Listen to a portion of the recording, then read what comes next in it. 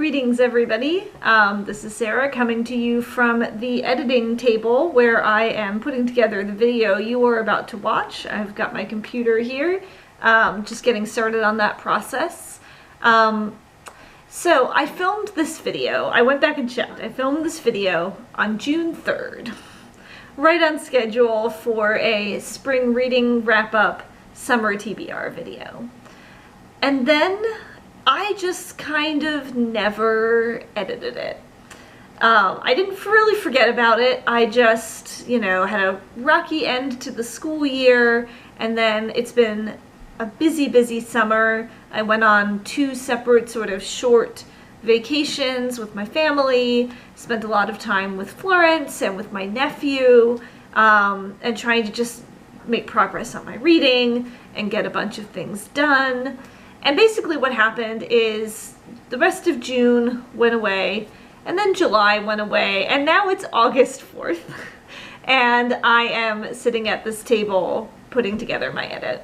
So you are seeing this video significantly later than it would make sense to see it. And I apologize for that, but also, things happen when they happen, and that's okay. So I hope you enjoyed this video. There were a couple of shifts, so I can kind of tell you in the description box of this video what I ended up reading in what order. And there is a book that I ended up adding to my TBR, not because I finished all the books that I had on it, we're nowhere near that point yet, but I did add a book when the National Book Festival featured authors were released, so that I could read one of this person's books before I went to the book festival. So check the description box if you want to know what I read in what order in the summer, although you'll see that in my summer wrap-up fall TBR video, which is going to be filmed in 1 month. And then you can also see what's carrying over for the fall, other than my new picks that I'll be choosing in a couple weeks. Enjoy the video. Sorry it's so late, and I'll see you in the next one. Bye everybody.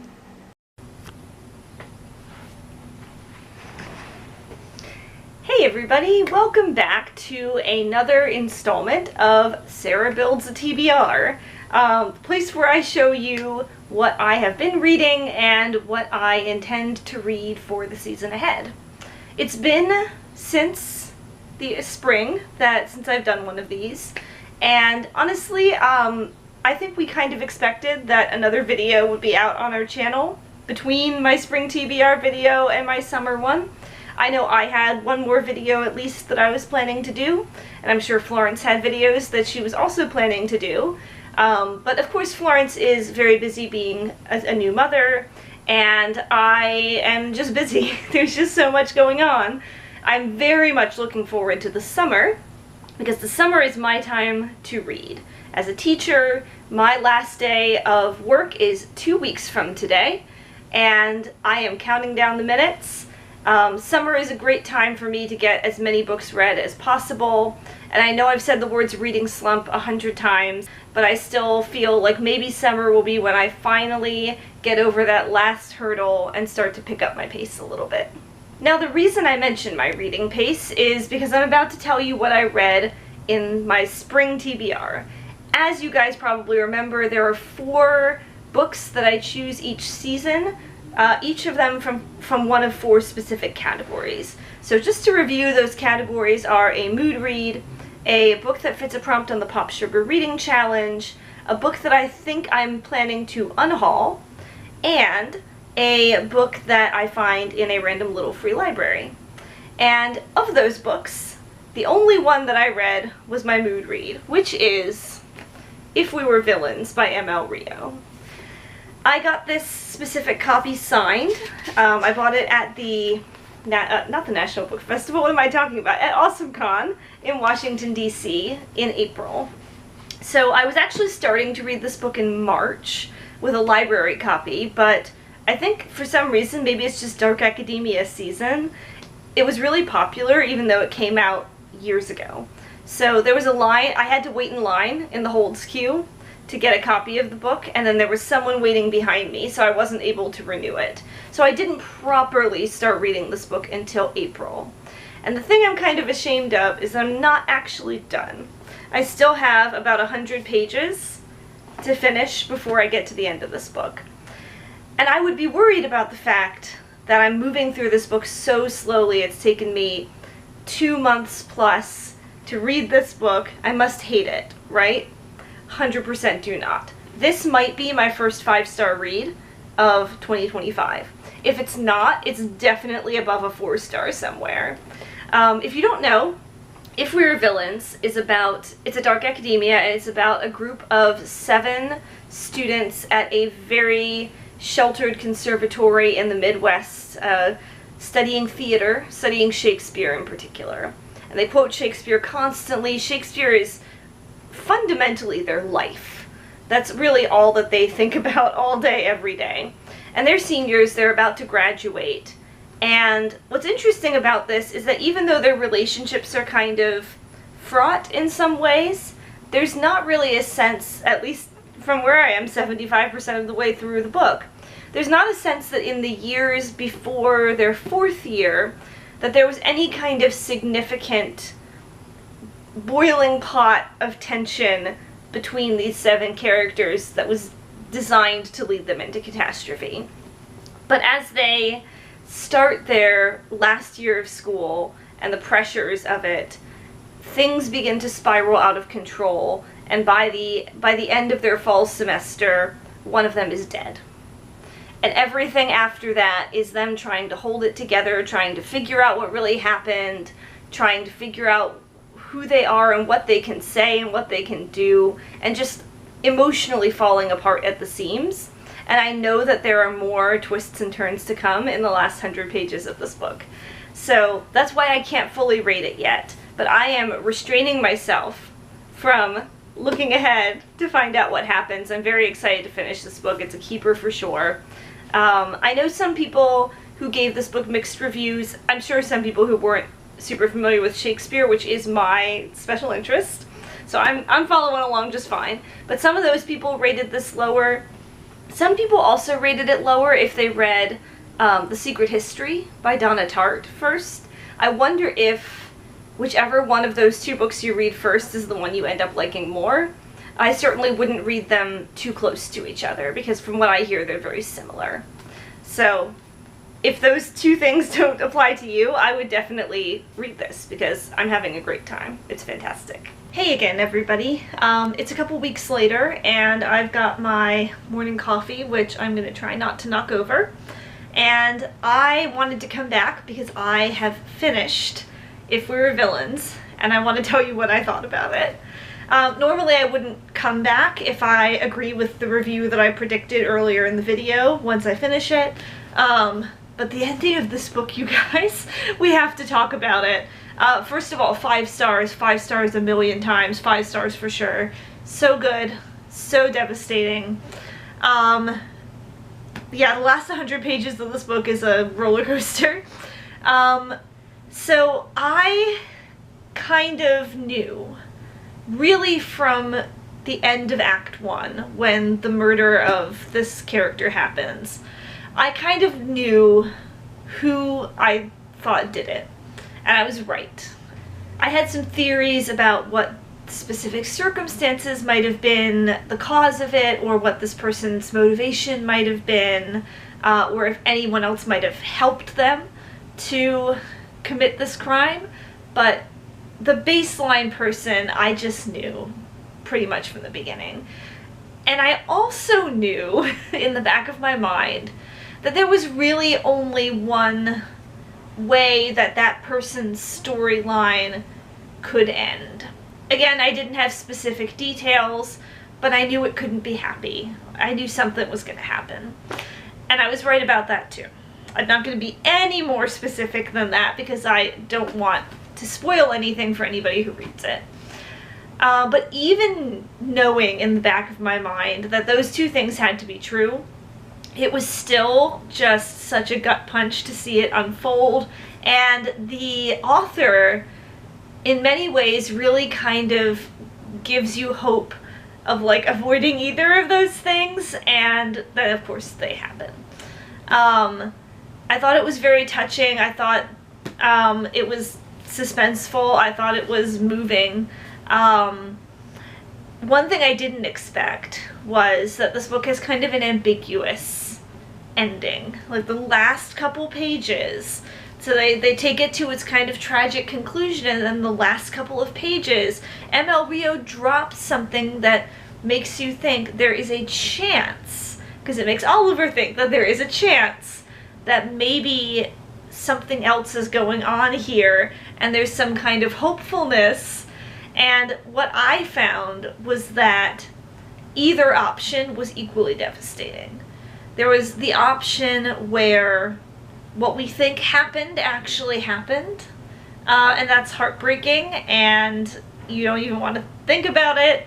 At the same time, the idea that maybe it didn't really happen, and there's a chance out there that things could be okay for this other character, is somehow like equally unbearable. It's equally devastating to even let yourself believe that there could be another option out there. So yeah, it's been a long time since I put a book down and then just like stared off into the distance for a second. It took me a while to process when I first read the ending of this book, and then I have gone back and just pulled it off my shelf and looked at it so many times over the last couple of days since I finished the book. So absolutely, please read this. It's so wonderful, especially if you know a fair amount about Shakespeare. First 5-star read, possibly a favorite book of the year, although as you'll see as I run through my TBR and the rest of this video, I have some other contenders that could be a favorite as well. Anyway, I just wanted to come back and say that. Now I'm going to return you to 2 weeks ago me, who is going to talk more about the rest of my books. Now, as far as where I'm going to start my reading for the summer season, before I show you the 4 new books I picked for my TBR, I do have 5 books left over from either my winter or my spring TBRs. I've only read 2 of the 4 from my winter TBR and 1 of the 4 from my spring TBR. I do know for the next 4 books what order I'm going to read them in, because the basic order is Dark Academia, Americana, and then a palette cleanser. So my Dark Academia was If We Were Villains, and then if you'll remember these titles from the spring TBR, I won't go back into the descriptions of them. I'm going to go next to Days Without End by Sebastian Barry, which is going to be a sort of historical fiction Americana. My palette cleanser is Fantasy, and it's House of Salt and Sorrows by Erin A. Craig. And then we're back into Dark Academia with Babel by R.F. Kuang. And finally, for another slice of contemporary Americana, Plain Song by Kent Harif. The other book that's on my spring TBR that I didn't get to is Geektastic Stories from the Nerd Herd by Holly Black and Cecil Castellucci as editors. And this one I might do after Plain Song, or I might just sort of randomly mix it in with the rest of my summer TBR. I haven't decided that yet. I'll cross that bridge when I get to it. So now that we've recapped where we've been in previous TBRs, let's talk about my new picks for the summer. The first one is my mood read. And I'm going to be honest with you, I was doing something when I was thinking about my summer TBR that is a habit I really need to break myself of. Because your mood read is supposed to be that one that's at the forefront of your mind, and it's just what your mind is calling you to. But even though anytime I thought about what I might want to read if I had free choice, this would be the first book that came to mind, I would constantly walk around to my bookshelves and second guess it. I was looking just to make sure there wasn't something else that would be a better choice, and eventually I had to mentally slap myself in the face and go, that's not the point. You choose the one that's calling to you. And the one that was calling to me was James by Percival Everett. I am by far not the first person to talk about this book. It has been all over Bookstagram, BookTube, BookTok, all of the social media platforms. Lots and lots of people have read it. It also recently just won the Pulitzer Prize for Fiction. And I bought this at an independent bookstore when I was spending a weekend in Washington, D.C. back in February.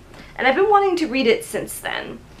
It is the story of James, who is an escaped slave, and this is an actual character from Mark Twain's The Adventures of Huckleberry Finn. So it is essentially the story of Huck Finn retold through the eyes of this character. Now, I don't have any particular affinity for The Adventures of Huck Finn. It's not like a favorite book of mine. I do remember being really excited to read it when I was in school, but I didn't have any particular fixation on it after reading it, and I haven't read it since then. I'm not going to read it in preparation for reading this. I think I have enough of it in the back of my head to make this make sense.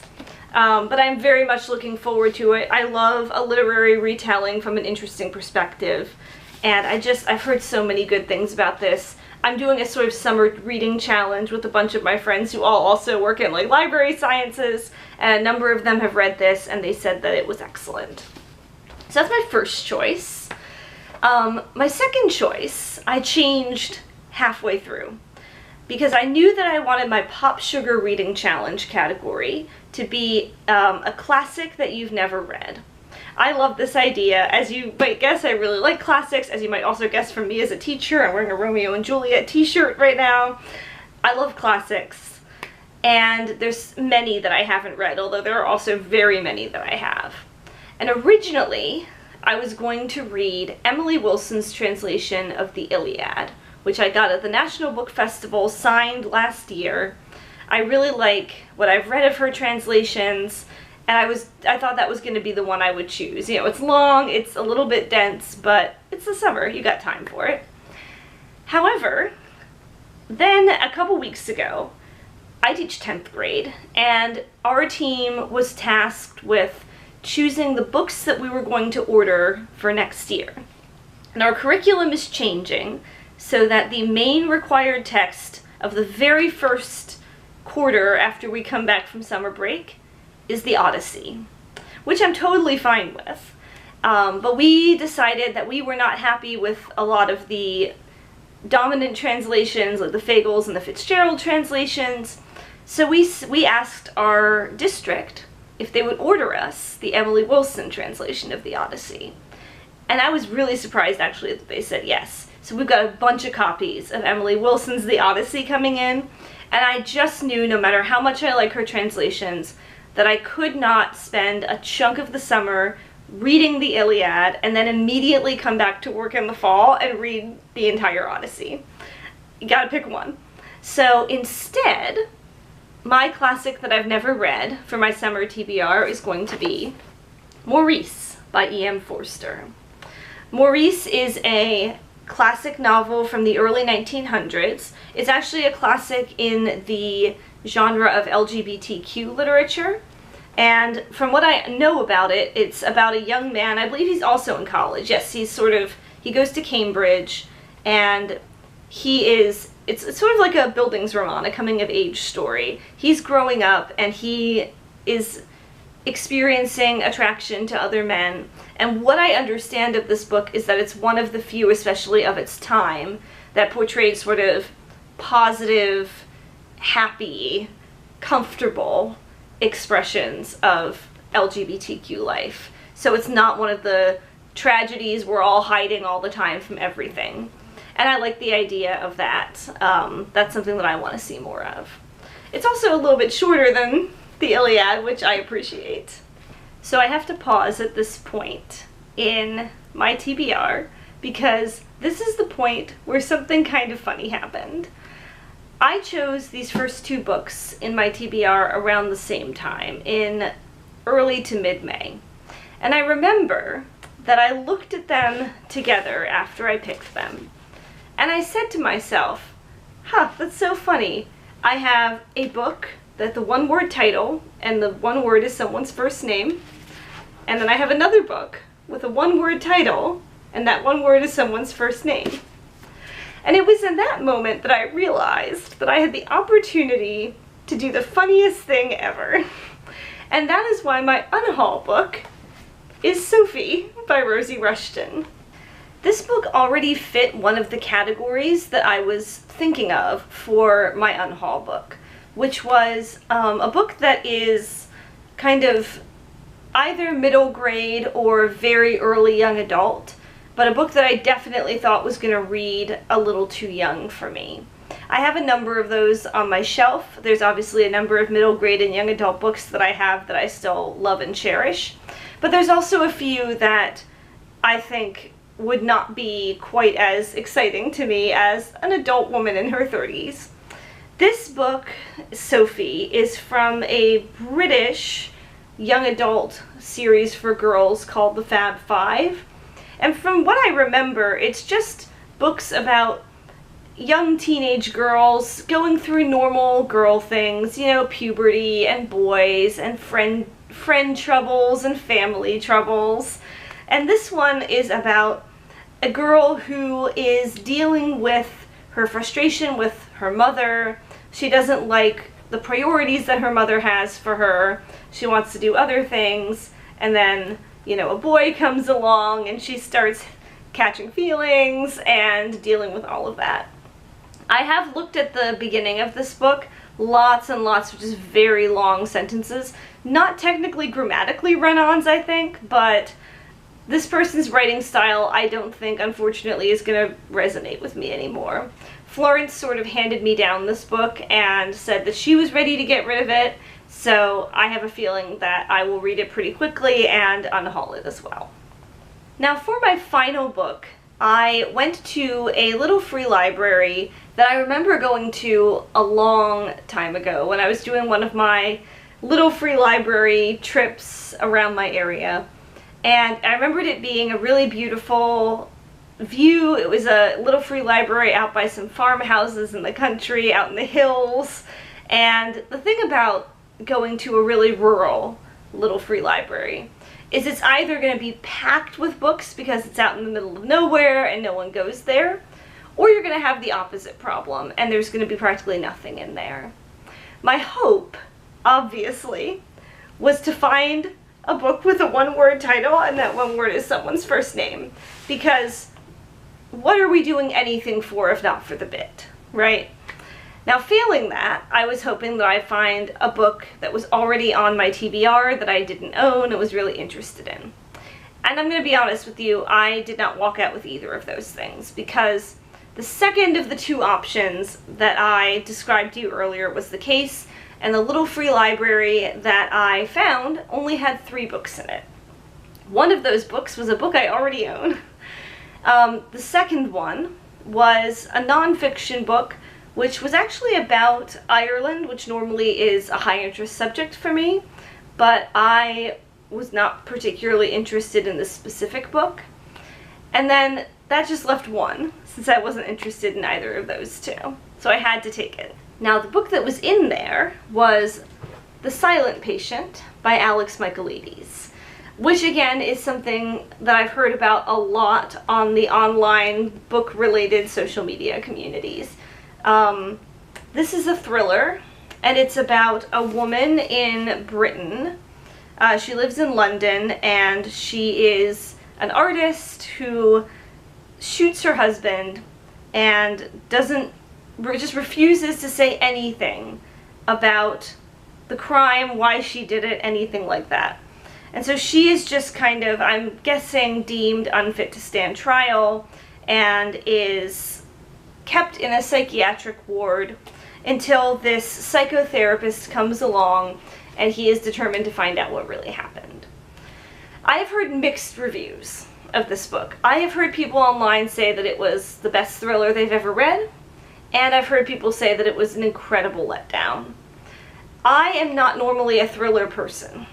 I hardly ever read thrillers, and I don't know if that's going to work in my favor here or not. It could be that I end up really liking it because I don't read thrillers, because it'll make me easier to impress. I'm not coming into it with a memory of 100 other books in that genre that I've read before and comparing it.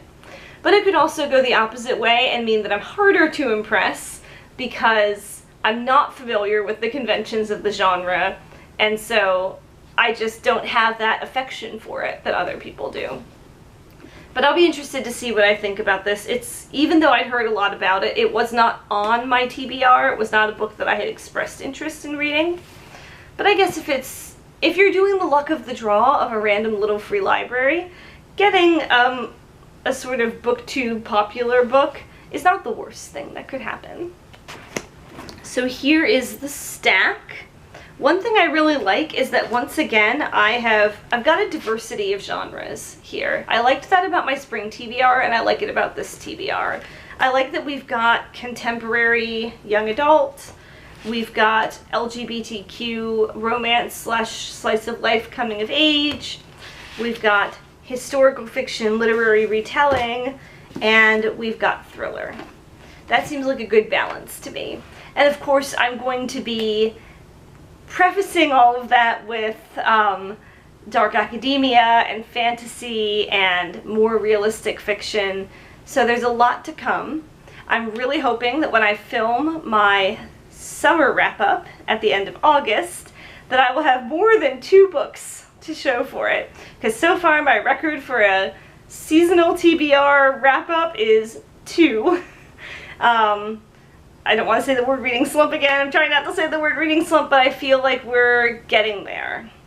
I at least feel like it's getting easier. I will say, part of the reason why it has taken me so long to read If We're Villains, even though I'm really liking it, is because I dropped off a little bit on the habit that I think I mentioned in a previous video, which is that for a good chunk of this year, I've been trying to read not even 1 chapter, but just 1 section until the next section break of whatever my current book is at the very beginning of the day, right when I first wake up, and then another section right before I go to bed at night.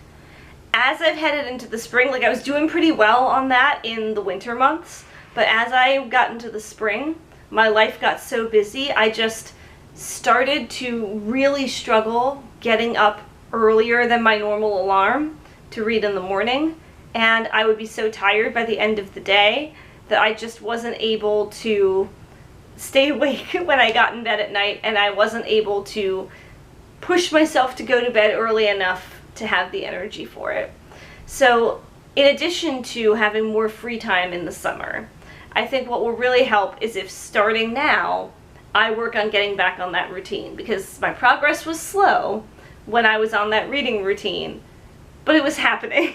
And I think I probably could have finished this book earlier if I was doing that. I am so interested to hear what all of you are reading this summer. Have a great rest of June, everybody. See you soon.